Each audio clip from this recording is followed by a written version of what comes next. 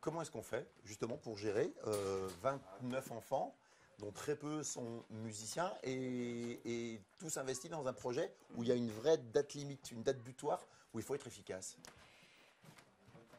On fait des répétitions. Pour commencer, on fait des répétitions. Ils ont répété en petits groupes, on a travaillé le rythme, ils ont travaillé les textes en classe avec Laurent, avec Boris. Ils sont très soudés aussi par le travail de leur instituteur. Et puis au fur et à mesure des répétitions, on a augmenté le groupe. Au début avec les cordes, ensuite les percussions, avec les claviers. Et puis maintenant, il y a certaines répétitions où il y a tous les instruments plus les chœurs. Donc on grossit le groupe au fur et à mesure pour que ce soit progressif et que tout le monde s'y retrouve. Alors on voit, on observe que quand des fois il y a ce qu'on appelle des pains, hein, il y a des trucs qui passent pas. Et j'aime bien parce qu'en fait, vous relevez pas, vous souriez. Et du coup, c'est une manière de relever de façon bienveillante et d'accompagner justement vers un peu mieux. Enfin, il y a un message sous-jacent qui est tu peux mieux faire, c'est ça?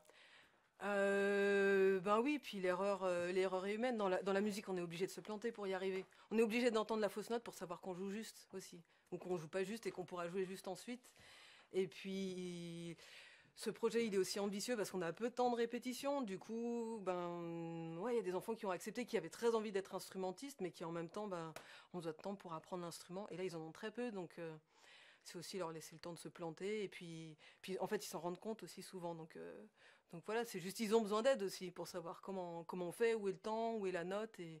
Et comme on est nombreux, ils n'ont pas toujours le temps de nous demander, on n'a pas toujours le temps de s'arrêter non plus. Donc voilà, c'est aussi une manière de dire qu'on est ensemble dans la galère, dans le plaisir. Voilà.